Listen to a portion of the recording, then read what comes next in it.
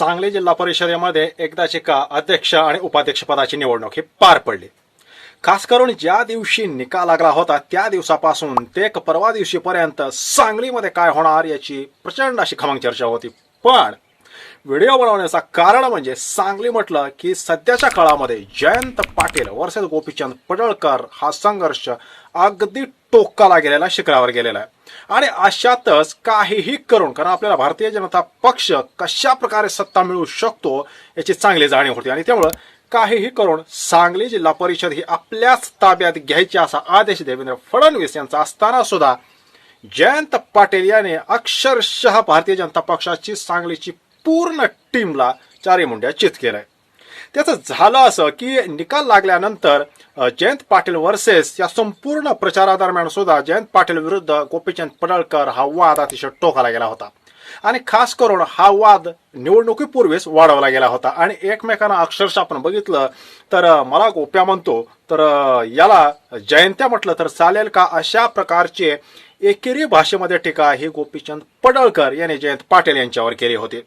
आणि असं बोललं जातं की ही परिस्थिती जाणीवपूर्वक निर्माण केली होती, कारण या नेत्यांना माहिती होतं की तोंडावरच जिल्हा परिषदेच्या आणि पंचायत समितीच्या निवडणुका आहेत आणि त्यामुळं बाकीचे मुद्दे साईडलाईन करून गोपीचंद पडळकर विरुद्ध जयंत पाटील असा एकूण सांगली म्हणजे आता सांगलीमध्ये भरपूर नेते आहेत, असं असताना सुद्धा फक्त दोनच नेत्यांच्या विरोधामध्ये निवडणूक होते असं वातावरण रंगवलं गेलं।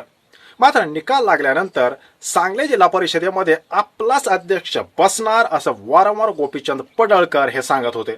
त्यांनी लांबलचक एक पत्रकार परिषद सुद्धा घेतली होती आणि ते फ्रंटवर का होते याची इंटरेस्टिंग गोष्ट आहे।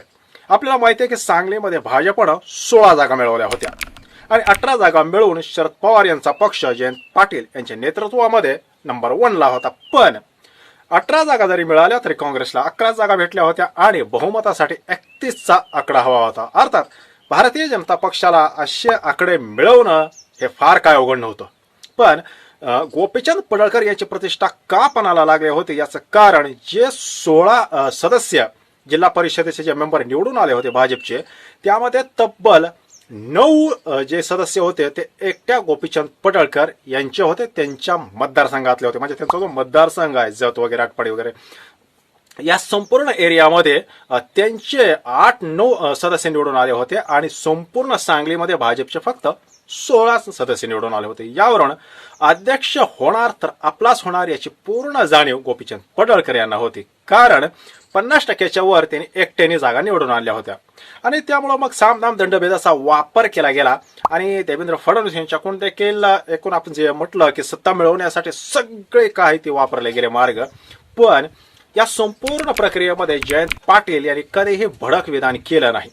वारंवार त्यांची नेमकी रणनीती काय हे जाणून घेण्याचा पत्रकारांनी प्रयत्न केला, पण या संपूर्ण 15 दिवसाच्या जो काय कालावधी होता निकाल लागल्यानंतर या कालावधीमध्ये जयंत पाटील यांनी कधीही आपले पत्ते हे ओपन होऊच दिले नाहीत।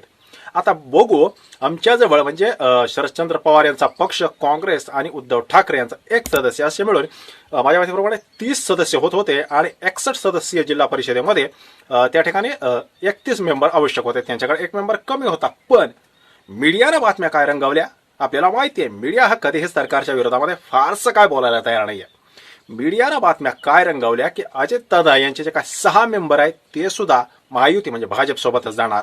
शिंदे यांचे 7 मेंबर निवडून आले होते ते सुद्धा भाजप बरोबरच जाणार आणि त्यामुळे जयंत पाटील यांनी कितीही उठाठेव्या केल्या तरी त्यांना आणि शरद पवार यांच्या पक्षाला आणि ओव्हरऑल महाविकास आघाडीला सांगली जिल्हा परिषदेची सत्ता मिळणार नाही असं बहुतेक जे आपल्या इलेक्ट्रॉनिक मीडिया आहेत त्यांनी बातम्या लावून धरल्या होत्या। आता याच्याने झालं काय की अनेक सदस्यावर दबाव निर्माण झाला की आपण जयंत पाटील यांची जर का साथ दिली, महाविकास आघाडीची जर का आपण साथ दिली आणि जर का दुर्दैवाने महाविकास आघाडीची सत्ता नाही आली तर आपण काय हो, तोंडावर येऊ। फडणवीस असतील, शिंदे असतील, जे सत्ताधारी आहेत त्यांच्या आपण डोळ्यावर येऊ आणि त्यामुळं त्यांच्यावर दबाव निर्माण केला गेला आणि ऐन वेळी संजय काका पाटील आणि अजित घोरपडे यांच्यापैकी अजितराव घोरपडे हे महाविकास आघाडीच्या सोबत राहिले, पण संजय काका यांनी ऐन वेळेस पलटी मारली, कारण त्यांचं म्हणणं असं होतं की 6 मेंबर जरी असले तरी अध्यक्षपद आम्हालाच पाहिजे, कारण आमच्याशिवाय कोणाची सत्ताच येणार नाही।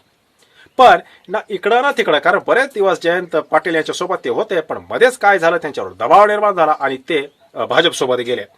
मात्र असं असून सुद्धा निवड झाली आणि त्या ठिकाणी महाविकास आघाडीची सत्ता आली आणि अनपेक्षितपणे जयंत पाटील यांनी जी मतं होती, 30 मतं जी होती त्यापेक्षा 6 सदस्य जास्तीचे गोळा केले, त्यांना सहलीवर पाठवलं आणि सांगलीमध्ये महाविकास आघाडीची सत्ता आली.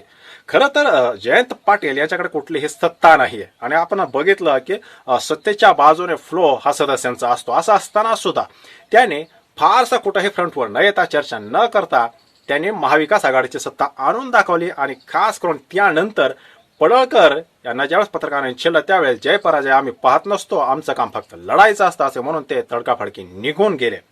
मात्र या ठिकाणी एक वर्षभरापासून जो संघर्ष निर्माण केला होता की जयंत पाटील विरुद्ध पडळकर, या लढाईमध्ये जयंत पाटील यांनी सत्ता नसताना सुद्धा पडळकर यांना जवळपास 4 मुंड्या चित केलंय. त्यामुळे आता बघूया आगामी काळामध्ये पडळकर विरुद्ध जयंत पाटील हा जो काय एक संघर्ष होता तो आता शांत होतो का, हे आपल्याला बघणं इंटरेस्टिंग राहणार आहे.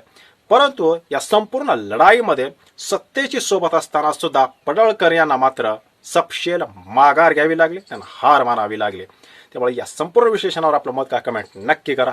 धन्यवाद.